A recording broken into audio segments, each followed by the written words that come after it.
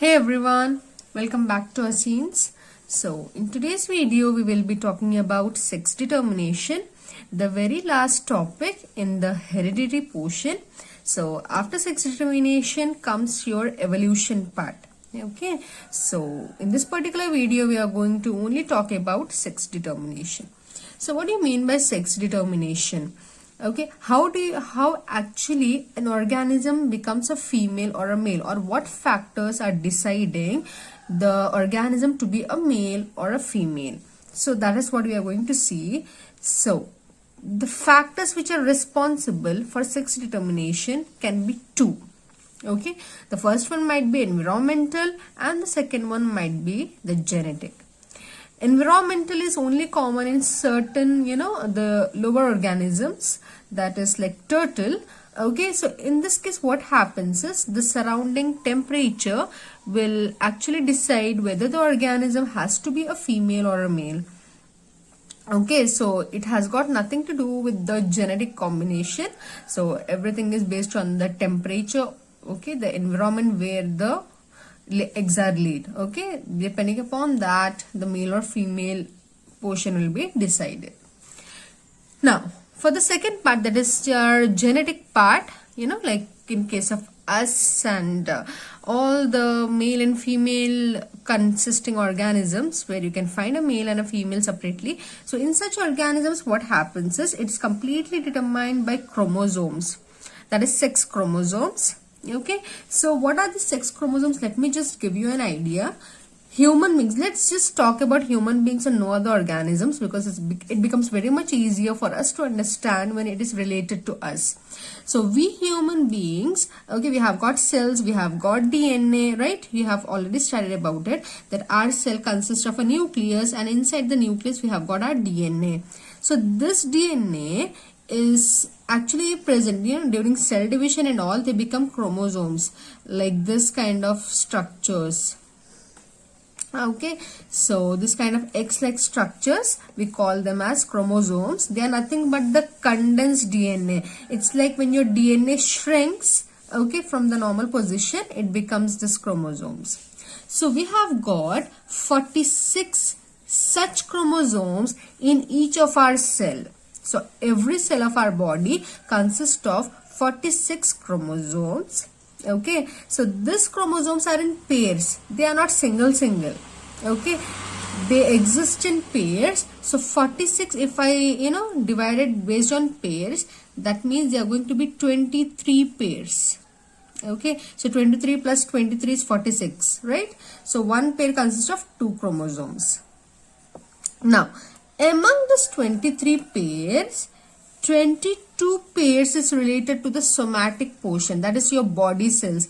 Okay, so this has got nothing to do with the other your sex, but it has got everything to do, living sex, everything is in this 22. And then one chromosome, one pair, okay, 22 pairs are related to your somatic part, whereas one pair is related to your sex. Now in case if you are a female, we call the chromosomes, the 2 chromosomes, as XX. A female consists of both X chromosomes. Okay, so now in case if the individual is a male, then he will have one X and one Y chromosome. So either both X or XY. So only 2 possibilities. So if it is an XX, it's going to be a female. If it is an XY, it's going to be a male. There is no YY. There is never going to be a YY, because for reproduction we need a mother and a father. So a mother will have only X chromosome, she does not have Y chromosome, and father have got only one Y chromosome. So there is no possibility of the baby coming out with 2 Y chromosomes. So only one Y chromosome is given to the male. Okay, so now other than this, if anything else exists, like in some cases it happens, so it is actually genetic disorder. Okay, so that is treated as a genetic problem. Okay, so this is the normal case. Now we have to see how does a baby, okay, the organism which is being born, how does it become a male or a female. So now if you see here, in parents, We have got a father, we have got a mother. As decided below, father is a male, hence the chromosome will be XY. We are just going to take the sex chromosomes here. We are not taking this 22 into account, okay, because this will be same for both. So now father will have an X and Y and a mother will have both X chromosomes. Now as you have seen in monohybrid, cross and all, what happens is during gamete formation they are going to separate. So same thing happens here. This X and Y are going to separate, whereas here from the mother both X's are going to separate. So what are the possibilities now?